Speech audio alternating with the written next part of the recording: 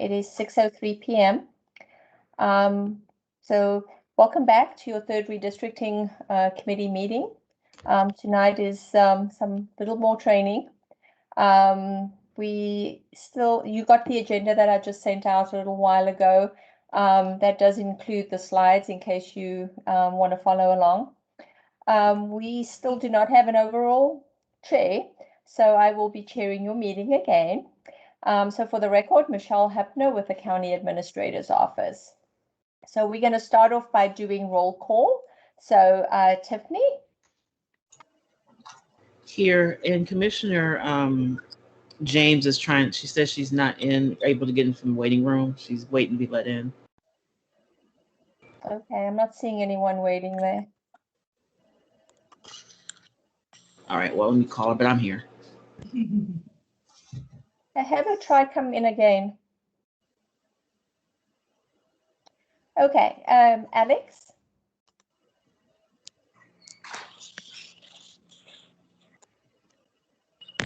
Okay, Cassandra? Chris? Here. Stephanie? Present. Mina? Delon? Here. Mike Nell? Here. Deborah Russo? Here. John Smith? Here. Steve Greenberg?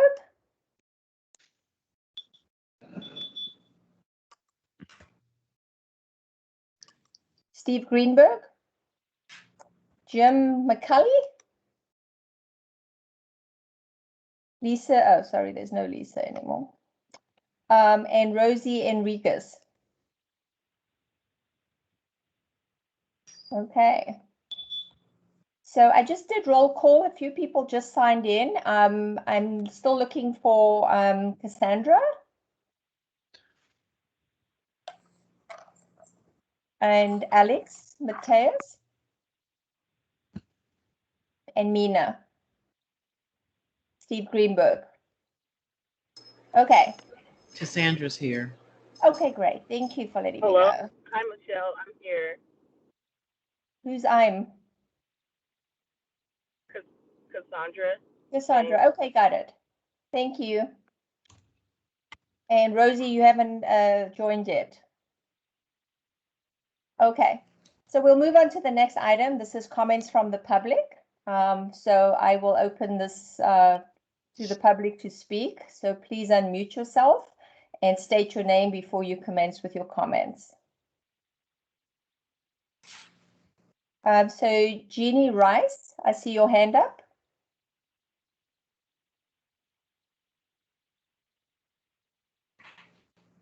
Hi, Jean.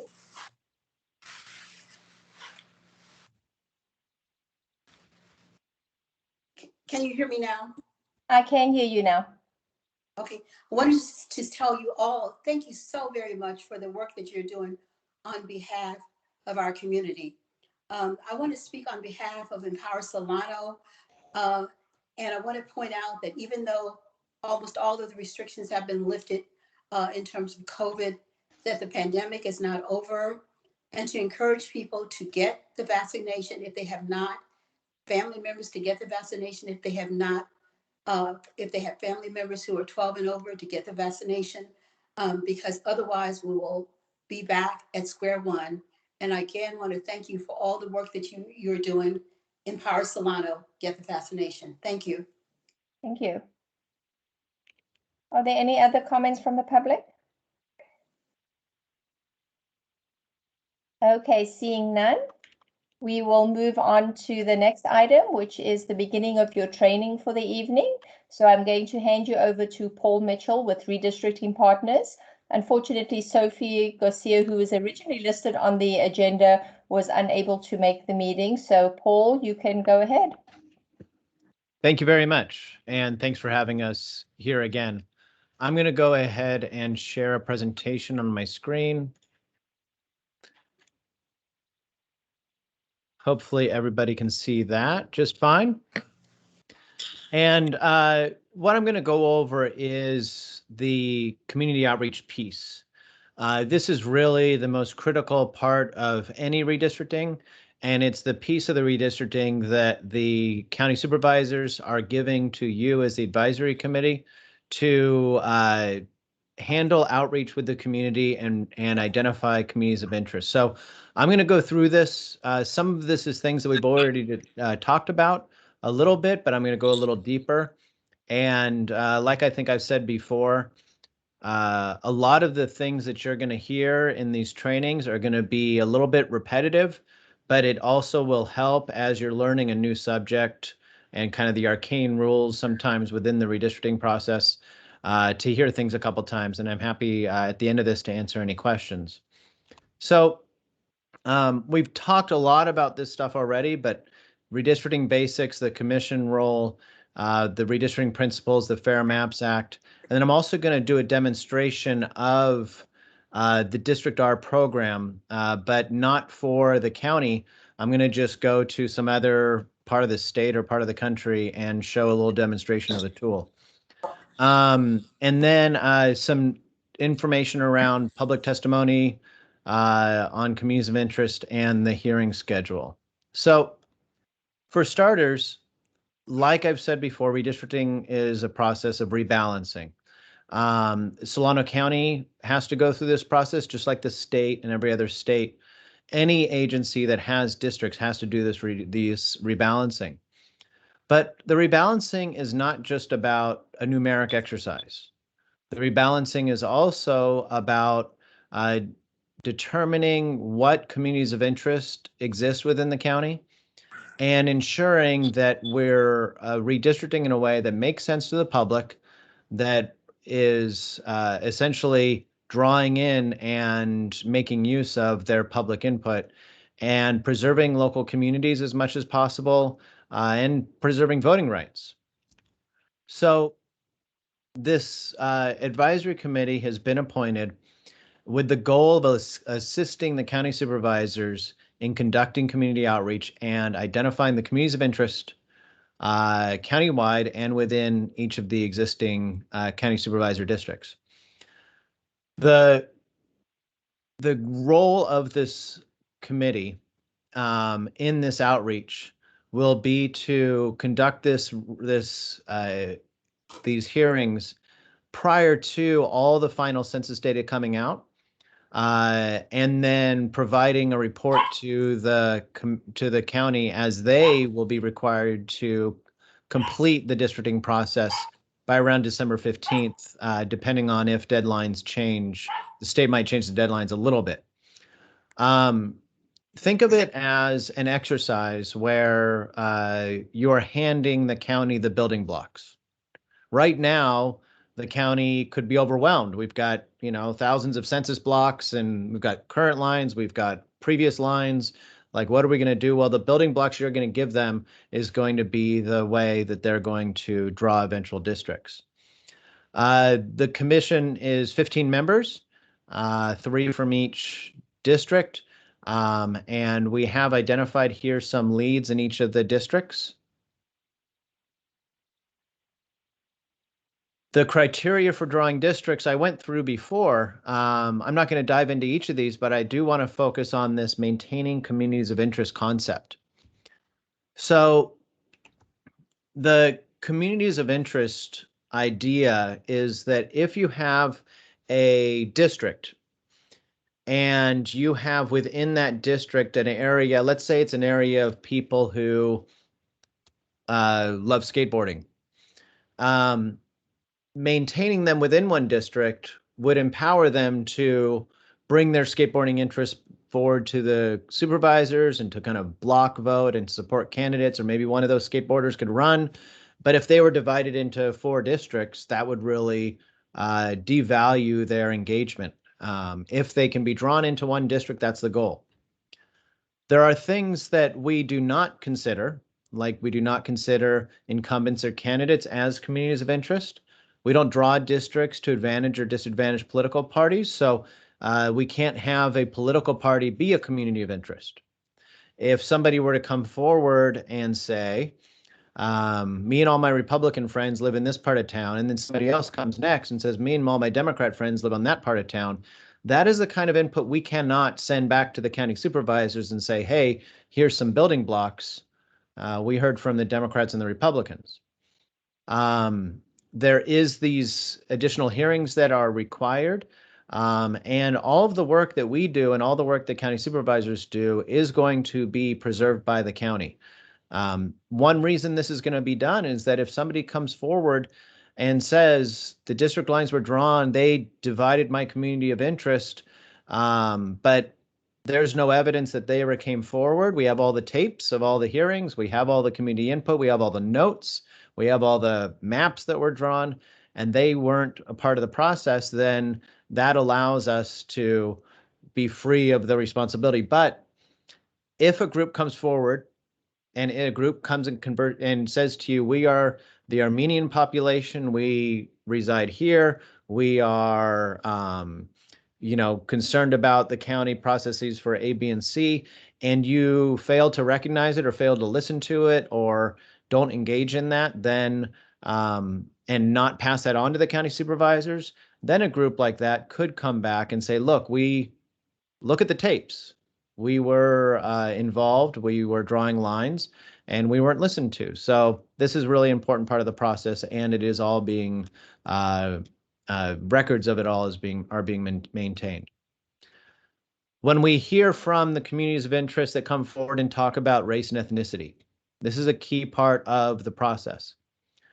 We can treat race and ethnicity, language issues, maybe related issues with regard to what defines that community.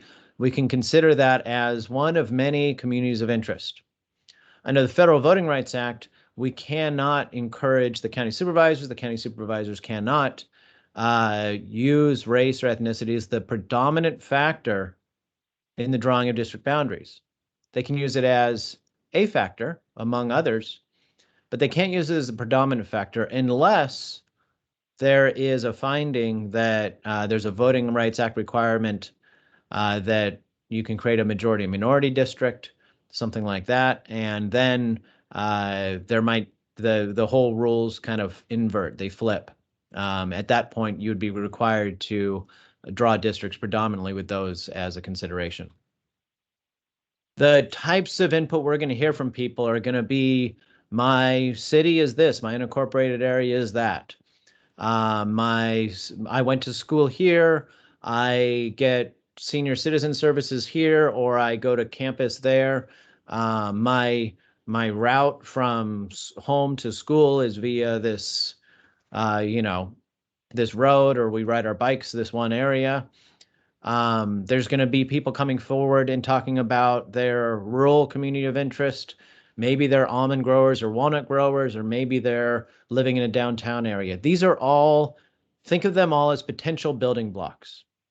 A group of homeowners, a group of renters, these are all potential building blocks for districts. The ear that you're going to develop for listening to testimony for community of interest, that ear is going to be listening for three things as somebody comes forward.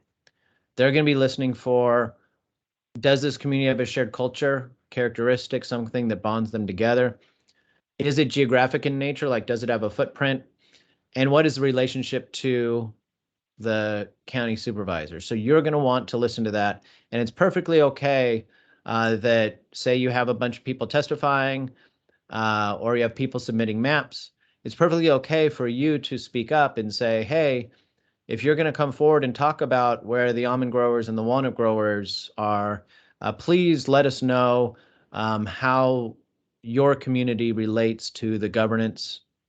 Please let us know physically where you are located so that we can do a better job of providing the county with information about where to use you as a building block in the districting process. So Sophia likes telling this story, so I'm going to tell this story. Sophia is a real dog enthusiast, and she likes to do an exercise where, since I can see a number of you, raise your hand if you have a dog. Yeah, oh, look at that. I see a majority almost of people have dogs. So as a dog owner, are there other dog owners that you see around or areas you know where there are more people taking their dogs?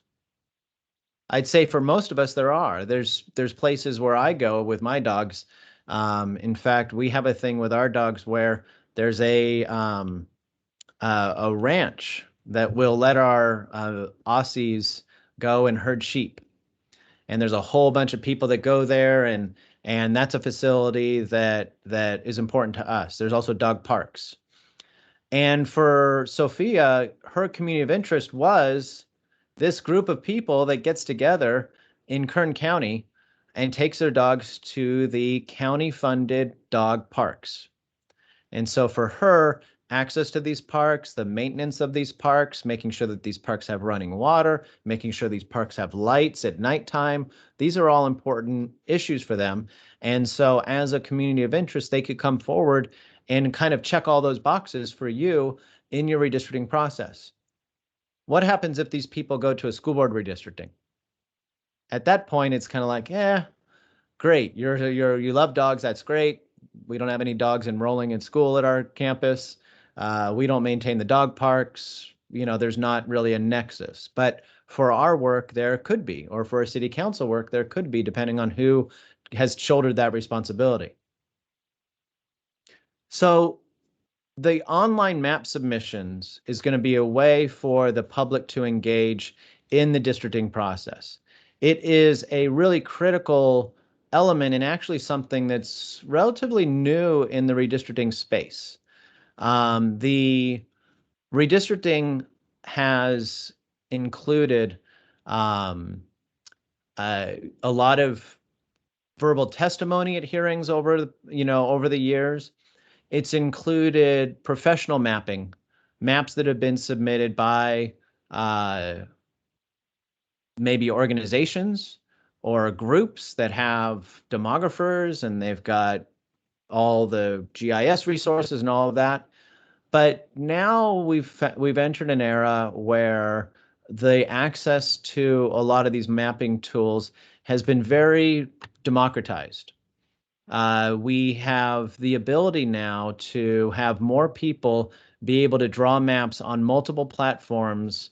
And in doing so, it has allowed for us to really get more in-depth input from the public. So the county is going to be utilizing a mapping program in order to let me bring this up. In order to, sorry, I'm just going to get this up so I can show it.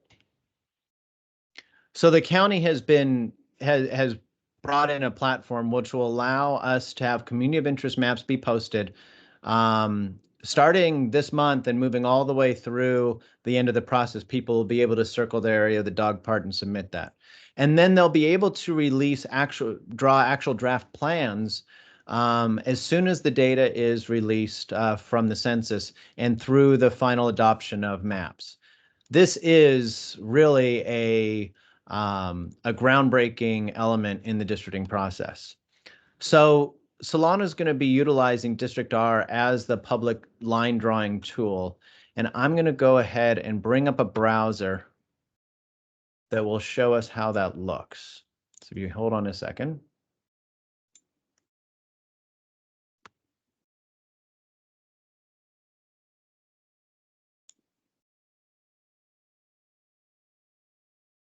This, I don't want to draw a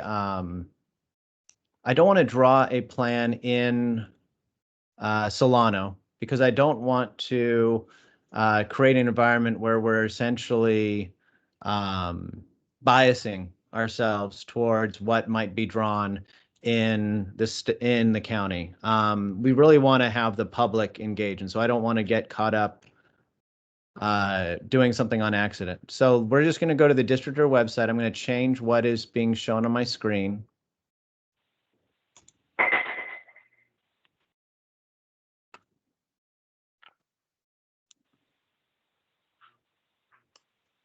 presume everybody can see this.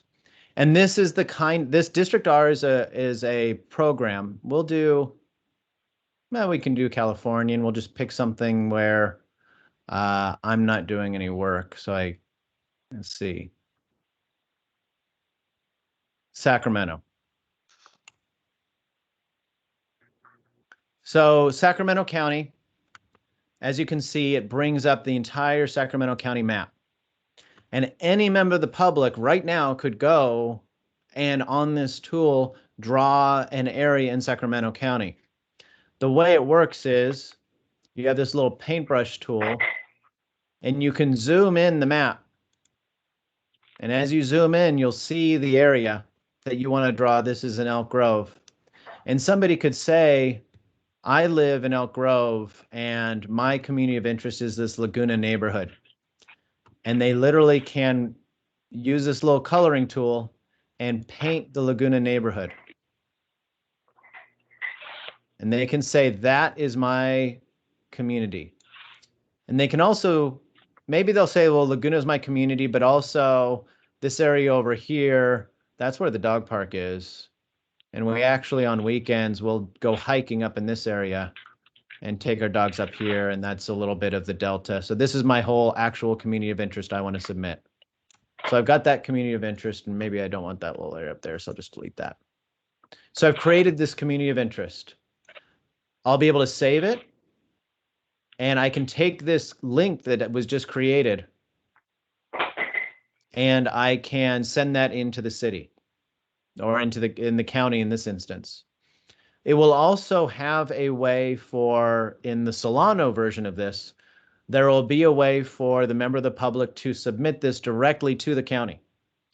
And they'll be able to submit it to the county. And when they do submit it to the county, they'll be able to say, my community of interest is my neighborhood, the dog park, the little rural area where we go and walk our dogs.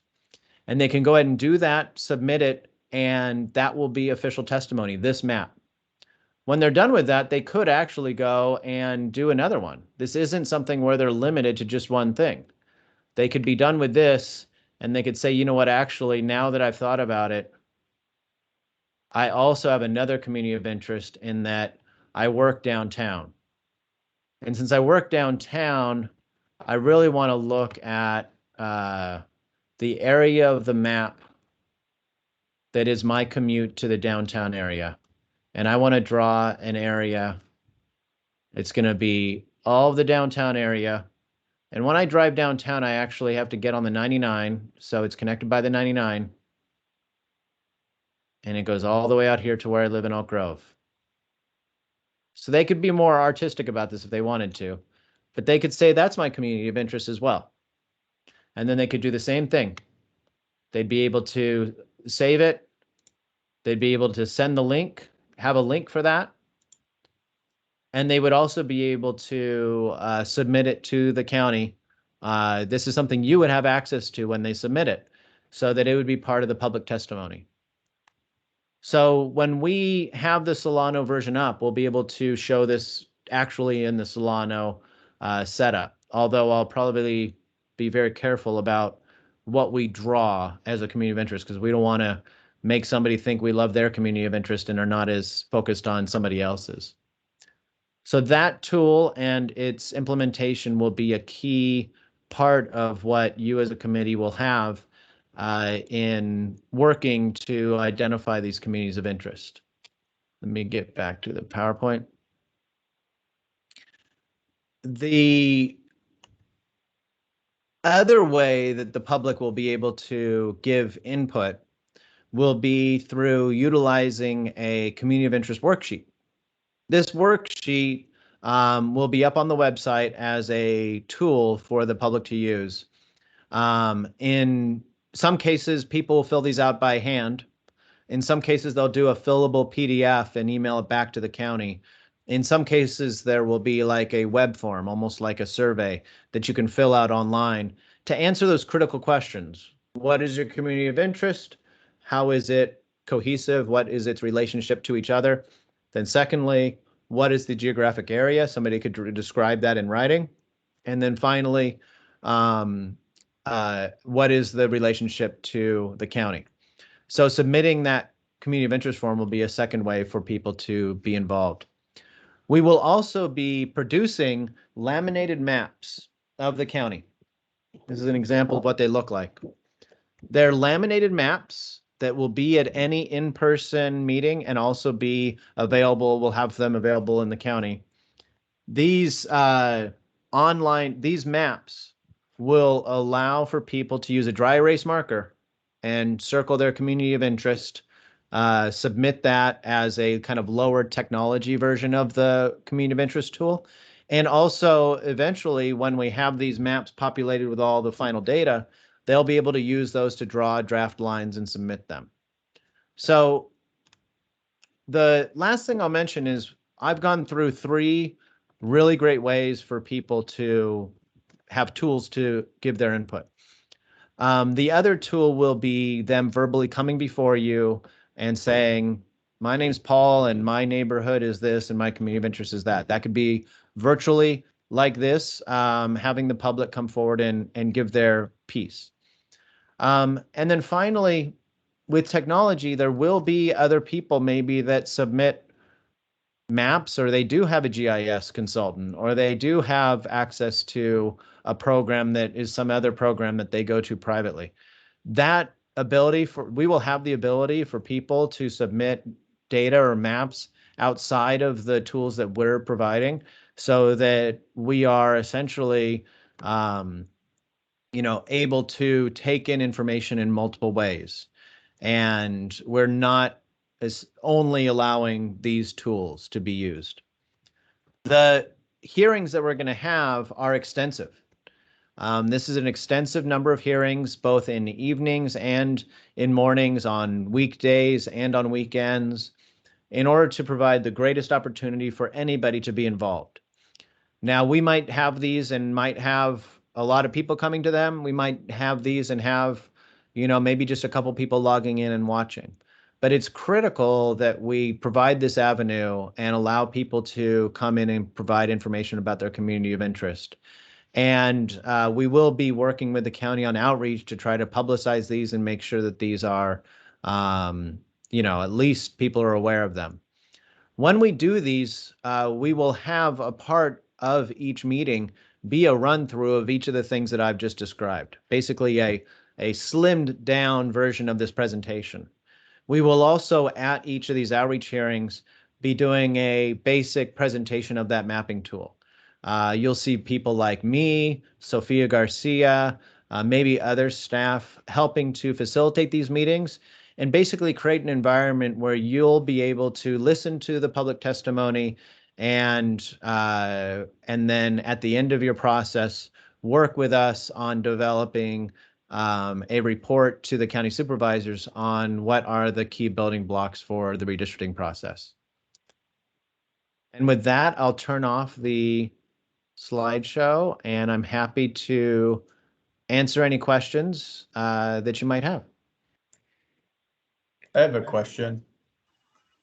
So it sounds like there's several different options. I think it's going to be really inclusive to get, a lot of input for whether it be low tech or, sophisticated GIS data.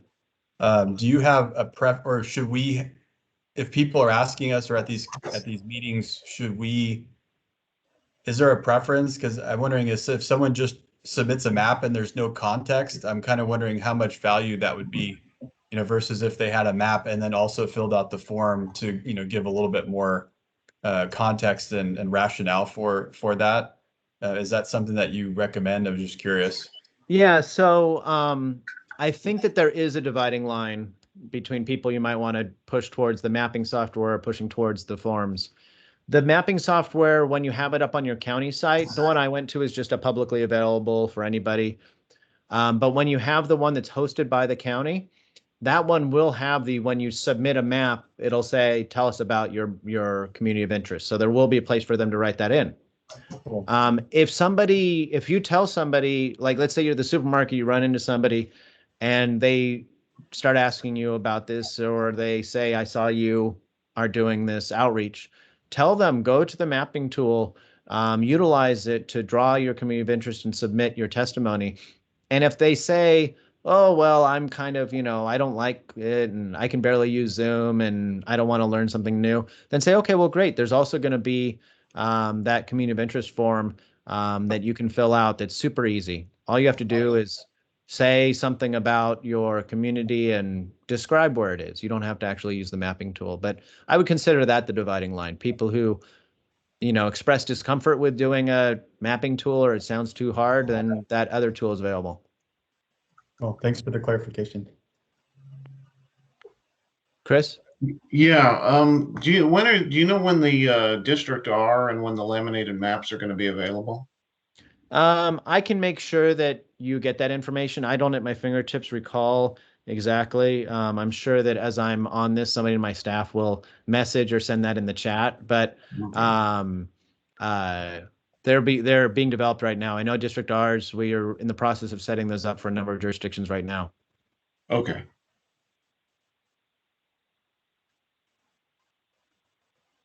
Will it be available, do you think, by next week? Because we're having our first, we're going to be having our first outreach meeting for District 2, and it would be good if we had, if those were either pretty close to being, being developed, so that people can, come from the meetings and then go out and start playing with them. Yeah, I'm sure I'll be able to tell you in a few minutes, probably somebody will tell me. Okay, thanks.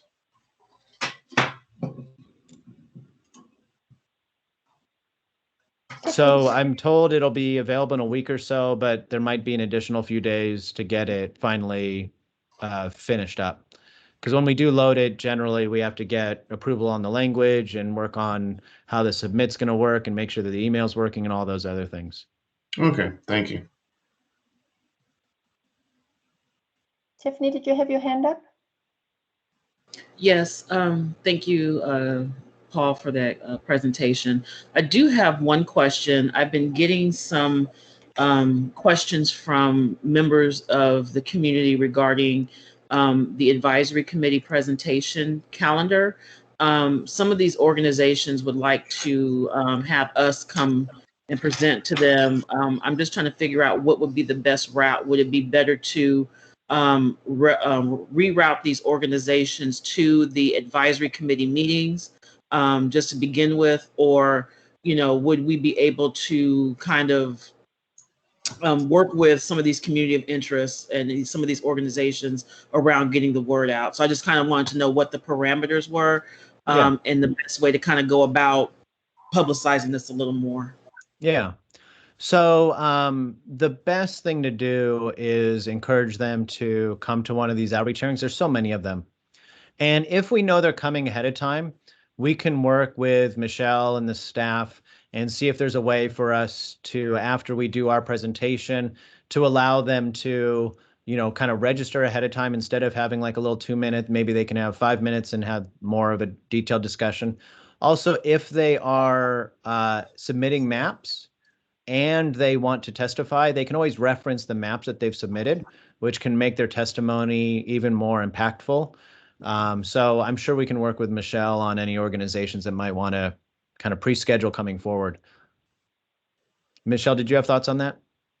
Yes, so yeah, I agree that we can certainly work on that. But I would suggest that we direct people to come to your meetings. You have a lot of meetings, and this will be adding to that if you had to start going to their organizations or their meetings.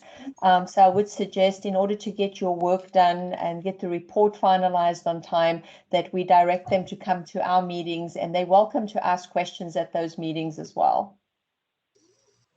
And also, you should be directing people to the website. We're trying to make the website the one-stop shop where everyone can get information. People can even share at the bottom of the website. You can share via social media. So if people are just asking how to get involved or how to subscribe, just send them to the website, or you're welcome to even send them to me, or ask them to email redistricting@solanocounty.com. Those are the two places that where we're responding to everything redistricting. Thank you so much for that. Of course. Okay, Marianne, did you have your hand up? Yes, thank you.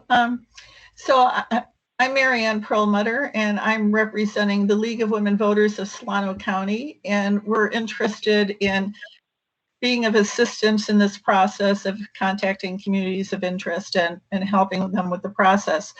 For my own information, so from what I'm hearing tonight, you don't have to live in the community of interest. You could live outside it. You're just identifying an area where people would have a common concern. And then in that case, you won't really know who these people are and where they live, who share that interest in that community. Is that correct? So when we get testimony, I think we're going to be asking people who they are, where they live, and so on. That's definitely a part of it, and we want to have input from broad swaths of the population. But people's community of interest often extends beyond immediately where they live. It might be where they live plus where they work, or where they live plus where they have recreation, or plus where they go to church.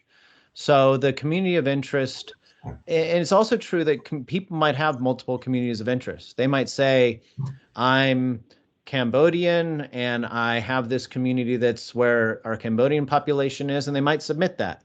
But they might also say, I'm a runner and my community of interest also includes this area, the Vaca Mountains, and we want to make sure that this area that I care about is preserved as a community of interest for my neighborhood because we utilize those mountains. So we are looking for geographic density.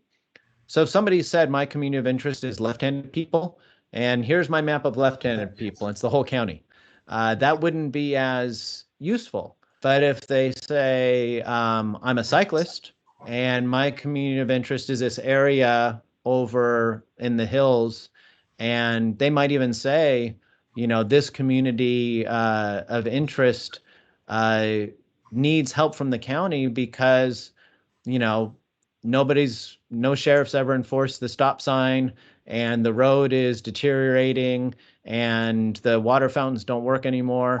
So there's an ability for them to identify that as a community of interest as well.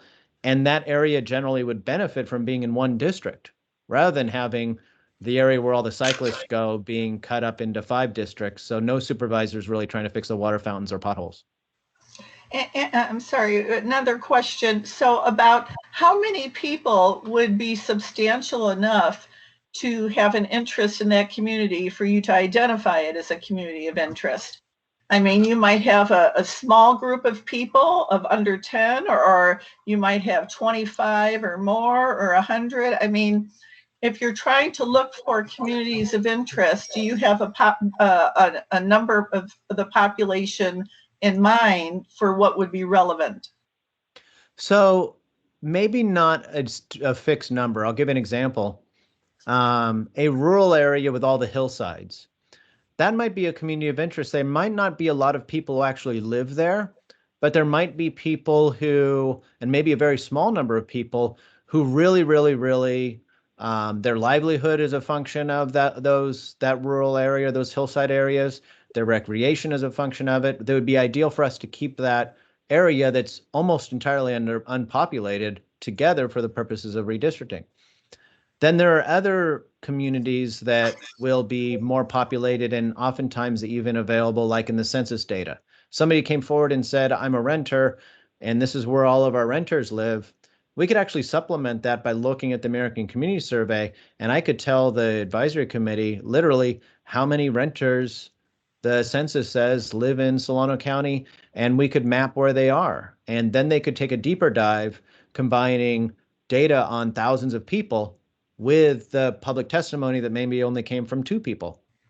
So one of the ideals is that a community of interest is easiest to utilize in redistricting if it can fit into a district. So if somebody says my community of interest is the 80, everybody within 10 miles of the 80, the answer would be, well, that's like half the county who's within 10 miles of the 80 population wise. So we'd want to be, it's one of those Smaller than a bread box, but not everything, Okay, thank you. Okay, are there any more questions out there? Rhonda, go ahead.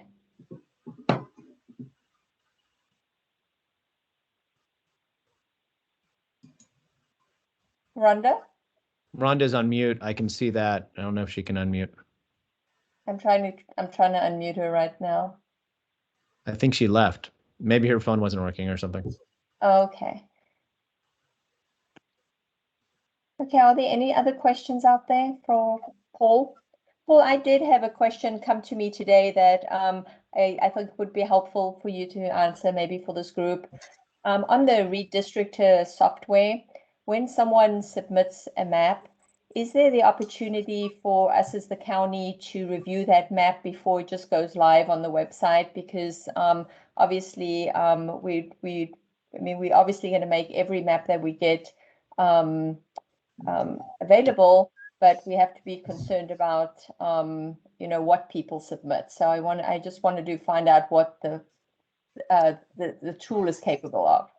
Yeah, so when people submit a map, it's not going to automatically go on the website. We're actually going to take that map in and we're going to put it into the different formats and then provide it to you. It would probably be an extraordinary case where we wouldn't be able to post a map. I don't want to give anybody any ideas, but if somebody did something crude on a map, maybe we wouldn't post that, or we would have legal counsel give us recommendation about how we make sure that there's an acknowledgement that there was a public comment, but that parts of it were redacted for whatever reason the council felt was appropriate. Somebody could submit testimony that speaks ill of the county supervisors, and it probably wouldn't be appropriate for us to redact it just because of that. But I'm sure there could be, like I said, I don't want to give anybody ideas, but there could be reasons to want to redact something, and we would probably lean on legal counsel before we would do that. We wouldn't make that decision at the redistricting partners level or at the immediate staff level, Correct. And that was part of the reason why I was asking, because that was part of the question that was posed to me today. Yeah. We haven't ever had to do that. So hopefully we won't have to do that. We have had to remove people from public testimony on a Zoom during a redistricting meeting. But that's just like the equivalent in a live meeting of turning off somebody's mic if they start cursing or something like that. Okay, thank you. All right, is there any other questions? Any other questions? Okay, so I wanted to just open it up to the discussion about the process that we're going to be following next week, starting with these outreach meetings. And so Paul's team is going to assist the county to help facilitate those meetings. And like he had mentioned, there will be some sort of overview for the community. And I just want to make sure that you understand what your role is. And if you had any questions specifically to that, I wanted to make this an open discussion for you this evening.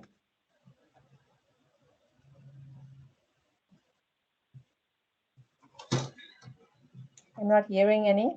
Yes, I have a question. Chris Angle here. So are we going to be running the meeting, or so are we just going to be listening and taking in the commentary that comes in, unless we want to, present our own community of interest, I suppose. But I mean, how does that work? Yes, so the way we've set it up is that the consultant will assist us in running the meeting, and your role will be to help us, get the data, record the data, especially if people are giving verbal testimony. We need to be recording that as well. And then also, since you represent a specific district, if it's your district and you are familiar with the area that they're talking about, maybe you can help us, ask follow-up questions, or if you just have follow-up questions, you definitely will be invited to do that. So we wanted you to be as engaging as possible, but we Okay. will most certainly assist with running the meetings, to help get it started and the conversation going. Okay, excellent. Tiffany, I see your hand up. Yes, I have a question, question from the community. So with the fact that we are reopened here in California, and the concern of meeting dates, will these community outreach meetings more than likely be in this format online for right now, or until we get further direction? Because I know that we are kind of bound by whatever the supervisors meetings are supposed to look like. I know they're going back in person soon. So just for the purpose of these meetings for the summer, are we going to continue online, or will we have to do a mixture of both, hybrid as well as in person? So interesting question, and the short answer is we don't know at this point. And as you mentioned, it's not clear at this point exactly what the restrictions are going to be, or if they're going to be completely lifted. I think I mentioned in our very first meeting to consider looking at areas where we could conduct the in-person meetings, and let me know of those specific areas. If I'm guessing that if anything, if we started in-person meetings, it would probably start with the Saturday meetings that starts on July 31st. So that there's an opportunity there if the state opens up. Also, we have to keep in mind that if we start seeing huge crowds of people engaging in this, we have to be able to at least maintain distance issues and so forth. So we have to be able to cater for a large number of crowds if that happens, a large number of people. So the answer is we don't know at this point, but I know when I met with the representatives for District 3, I suggested to them also to start thinking about what would be an ideal place to meet. And if we do start thinking of in-person meetings, I'll have to start reaching out to those agencies where we identify appropriate places to meet. So at this point, I don't have a good answer for you, but we are certainly watching what's happening in California. And then I have a follow-up question that kind of leads into what you spoke about. So in the event for District 1, as an example, it's mostly one city, which is Vallejo. Would we have use of some of the GVRD facilities and or some of the city facilities? Or I think we mentioned the first two meetings, the possibility of using like a school, for example, school gymnasium, right? For a couple of those Saturday meetings, if we anticipate a large crowd, or if we're still trying to keep the social distancing part of it, would the county be responsible for the logistical stuff as far as equipment, microphone, projector, all of that, or would that be something that we would need to work out with said space, said entity? So we would certainly coordinate that for you. Like I said, if you start identifying ideal areas, I can start reaching out and seeing what the logistics for that is, what's going to be needed. I may reach out to you for assistance as the representatives to help, whether it's making a phone call or showing up early or something like that. But for right now, I think we need to start off by identifying where we think those meetings might be. And we already know what dates we are going to have the next district meeting in. So we can start reaching out and seeing if we can book those dates for those meetings. Thank you. Of course. Okay, Delon, I see you have your hand up. It was already answered, thanks. We have in District 3, we do have some facilities that we want to present to you. So it was already answered. Thanks. Okay, and feel free to email those over to me so I can start working on them. Or if you'd like to just do a quick phone call, I'm happy to do that as well. Okay, thank you. Of course. Okay, Rhonda, I see your hand up. Yes, thank you very much. Rhonda Smith, representing Rhonda, are you speaking?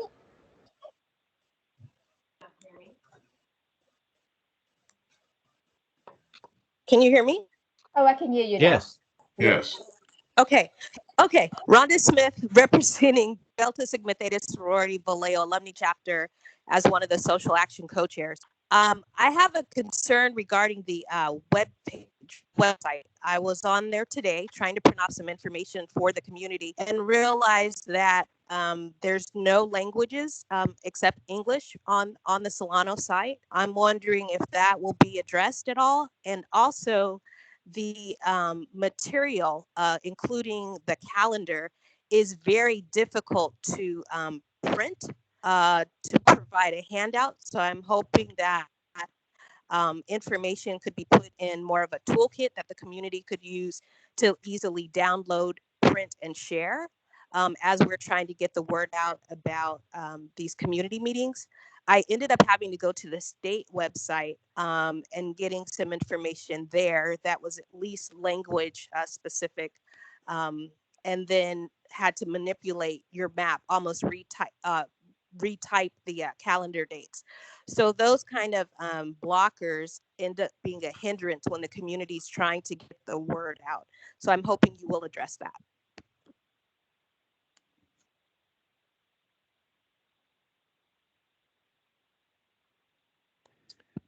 I don't see Michelle's video, so I'll just mention that there are documents that will be posted in multiple languages. The Secretary of State's office just did some updates to those documents, so we'll make sure that those are available.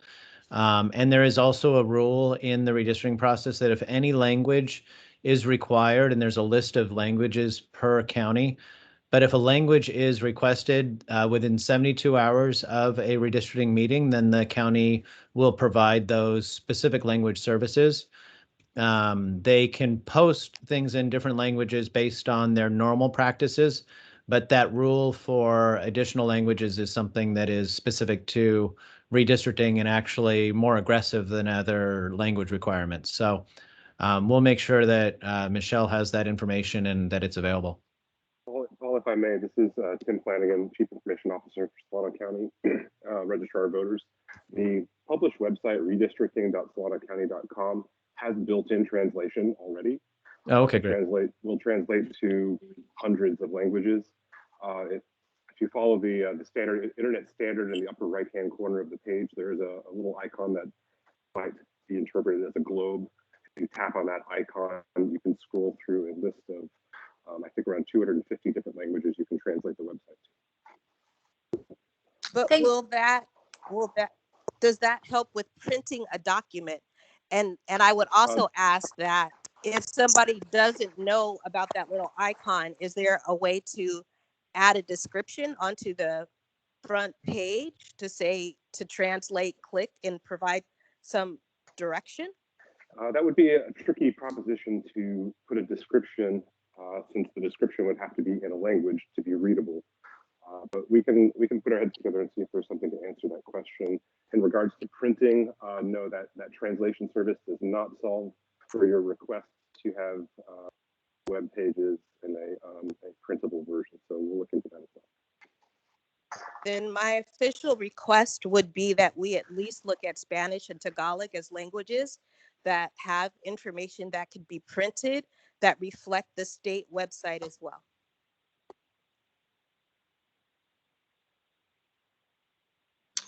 Great, thank you. Hi, I dropped off somehow, I'm sorry. So thank you everyone for answering the questions. You did a great job. So are there any other questions? Okay, so it looks like we have your next meeting 2 weeks from now. And we will, so that's July 1st. And we have the first community outreach meeting for next week.